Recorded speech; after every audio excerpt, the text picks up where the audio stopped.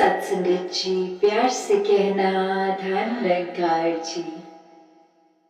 आज सत्संग में सभी ने इस परमात्मा, इस निराकार, इस सत्य की ही बात करी। चाहे तरीका, चाहे भाषा, जो भी हो, एक किसी मुख द्वारा ये बच्चे के बड़े के एक सुनाई दी हो, तो बात वही जो युगों युगों से भक्तों ने समझाया कि ये जीवन तो मिला है, इसका सदुपयोग करना है। और ये ऐश आराम, जो भी साधन, घर परिवार, नौकरी, पैसे, जो भी इस परमात्मा ने दिया है, उसकी तरफ तो ध्यान देना ही है। पर सबसे पहले इसी परमात्मा, इस देनहार के ऊपर अपने आप को फोकस करना है कि जब तक ये जीवन में है तो ही सब कुछ मुबारक है। वरना तो एक ख्याल को भी देर नहीं लगती कि कब हम एकदम ठीक ट्रैक पे, ठीक सोच, ठीक नियत से कोई भी कार्य कर रहे हों और जिस पल ये निराकार भूल जाता है तो मन में दुर्भाव घर कर जाते हैं। फिर एक कर्मों पे भी, वो एक अपनी सोच पर भी ये कंट्रोल खो बैठता है इंसान और कुछ ऐसा कर जाता है जो एक परमानेंटली, हमेशा के लिए खुद का भी नुकसान हो जाता है और न जाने सामने वाले को भी कितना हमेशा के लिए दर्द दे जाता है। तो कैसे अपने एक कर्मों को, एक सोच को हमेशा ऐसी पावन बना के रखें कि कुछ भी जो एहसास, कोई फीलिंग आती है, चाहे वो पॉजिटिव हो या नेगेटिव हो, तो उसको निराकार से जब जोड़ दें तो वाकई ही मन में वो एक अपना परमानेंट घर नहीं बना सकती। क्योंकि ये खुशियां, दुख, ये चीजों ने बदलता रहना है। सिर्फ एक परमात्मा, ये निराकार है जिसने हमेशा के लिए रहना है और इसने तो बदलना नहीं है। तो जो भी चीज इस निराकार को शामिल करते हुए, चाहे वो छोटा सा ख्याल हो, चाहे कोई बड़ा कार्य हो, कुछ भी हो, जब तक इस निराकार के आश्रय किया जाए तो वो खुद ब खुद एक हमारे फायदे के लिए, एक हित के लिए हो जाता है। वरना तो फिर हर कोई चीज व्यर्थ ही है। कोई भी चीज का फिर कंक्लूजन, कोई आखिर में एंड रिजल्ट वो पॉजिटिव फिर नहीं निकलता। तो हर समय इस निराकार के आश्रय ये भक्ति करनी है। और भक्ति हर युग में जैसे समझाई गई कि चाहे हम बात करते हैं कि पहले एक सिंपल जिंदगी थी, अब इतनी डिस्ट्रैक्शंस, इतनी कॉम्प्लिकेशंस, इतनी गैजेट्स, इतने नए नए तनाव के कारण बन गए हैं। और पहले थोड़ी सरल होती थी। तो बात वही कि जिन्होंने पहले युगों में भी जीवन जिया, हर किसी का ध्यान तो इस परमात्मा में लगा नहीं। वो चाहे कम डिस्ट्रैक्शंस थी तो भी उनके मनों में किसी ना किसी एक और मायावी चीज का पहलू ज्यादा भारी हो गया और परमात्मा का नहीं। और आज की भी हम जिंदगी की बात करें, इस संसार की करें, तो भक्ति तो कोई शोरगुल में एक ऐसी जगह में भी कर लेता है जहां एक माहौल पीस का नहीं है, कामनेस नहीं है, एक बहुत ही एक शोर है। वहां पे भी अगर मन सुकून में है तो ऐसी जगह में भी एक भक्ति कर सकता है इंसान। और वहीं कोई एकांत में भी हो जाए, आसपास एक अच्छे वातावरण में कहीं एक थोड़ी देर एकांत में बैठ के वो नजारों का भी आनंद लेते लेते एक छोटा सा या भी ऐसा ख्याल जो तंगी पैदा कर दे, वहीं वो भक्ति से भी दूर, वहीं अपने मन के सुकून से भी दूर। तो कैसे बात वो नहीं कि कौन सा स्थान, किस समय, कहाँ जन्म, ये बातें जरूरी नहीं है। इससे कोई ऊंचा नीचा नहीं हो जाता। सिर्फ जो मायने रखता है वो ये कि ये जो जीवन मिला है, हम उस जीवन को किस सोच से जी रहे हैं, हम किसका आधार ले रहे हैं, हम किस तरफ एक अपने कदम बढ़ा रहे हैं।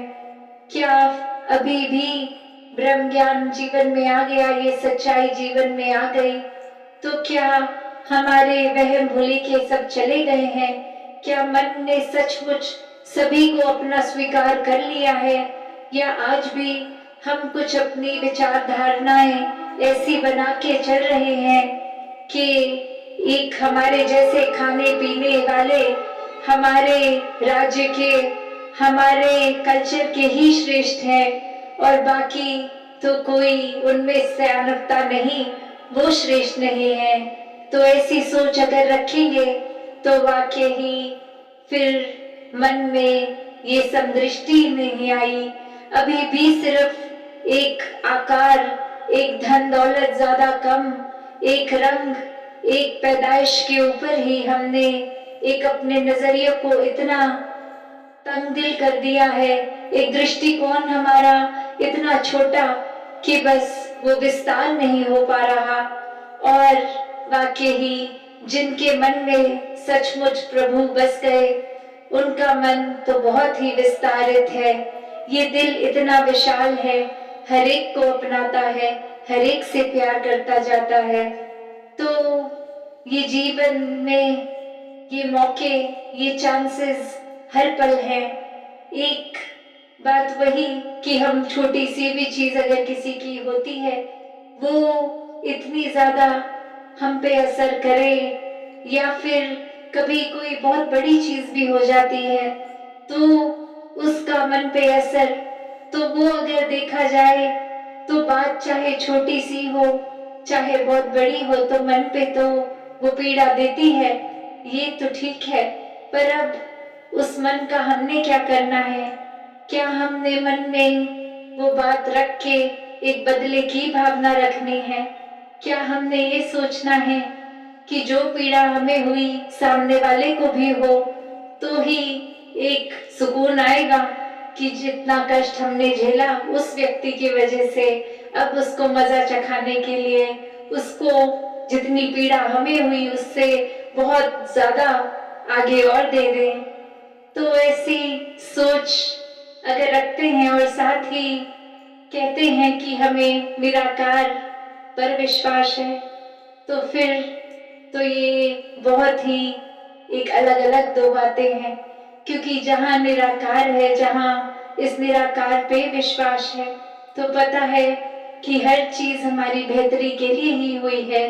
चाहे कोई एक्सपीरियंस हमने एक बहुत ही गलत झेल लिया किसी के द्वारा, एक पीड़ा भी हुई, पर अंत में ये परमात्मा ने उस पीड़ा से क्या सिखाना था वो पकड़ना है, ना कि उस इंसान के प्रति भी कोई मन में बुरे ख्याल लाने हैं, कोई मन में एक दूसरे को भी पीड़ा महसूस कराने की इच्छा रखनी है।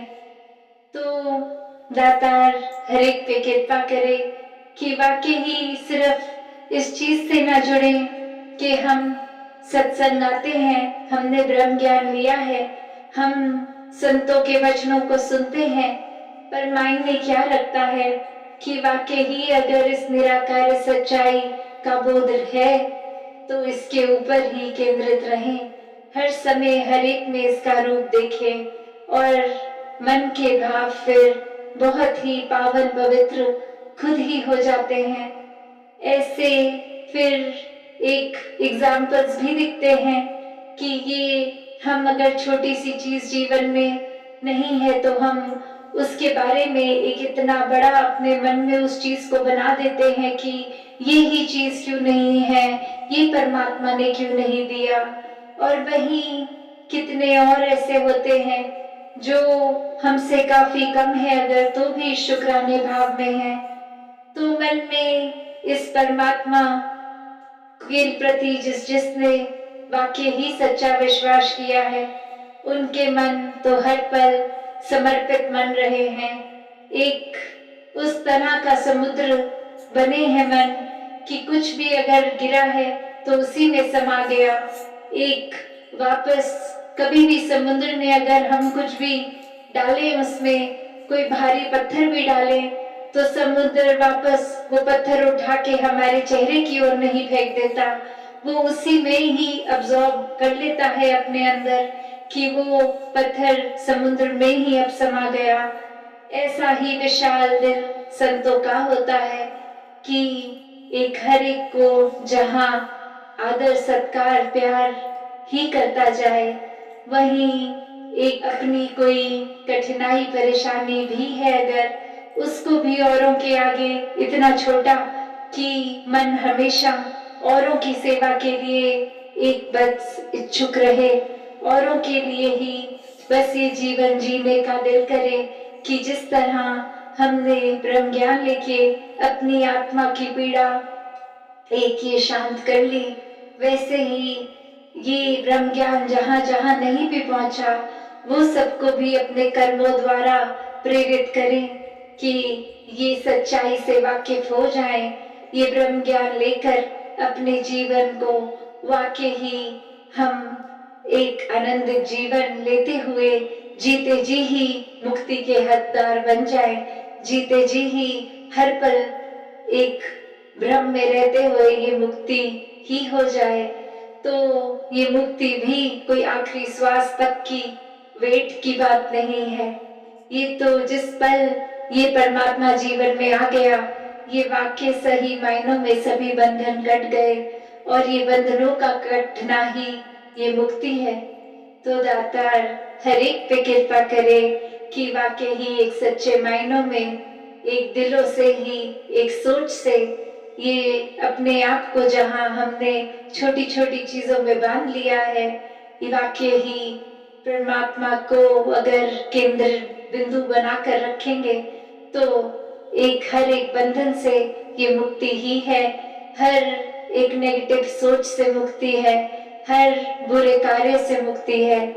तो दातार हर एक पे कृपा करे कि ये जो हमेशा सत्संग सेवा सुमरन की ओर ध्यान देने को बोला जाता है संतों द्वारा, तो वो सिर्फ कोई बात ही नहीं है बोलने वाली, पर वाक्य में जितने संतों के वचनों को सुनेंगे मन उतना और विश्वासी पक्का होता जाएगा इस परमात्मा के द्वारा, और मन जितना अंदर ये मन पक्का होकर एक पावन पवित्र होगा, उतना ही सिमरन द्वारा फिर ये परमात्मा से जुड़ाव और गहरा होता जाएगा और सोच ख्याल मन में फिर बस ये मानवता के लिए सेवा का भाव ही इस तरह रहेगा कि निष्काम रूप में, इसलिए नहीं कि किसी के मदद आएंगे तो कोई हमारी भी मदद करे, पर निस्वार्थ होके जाने व्यक्ति अनजाने व्यक्ति हर एक के लिए अपने जीवन को एक उस तरह का जीवन बनाए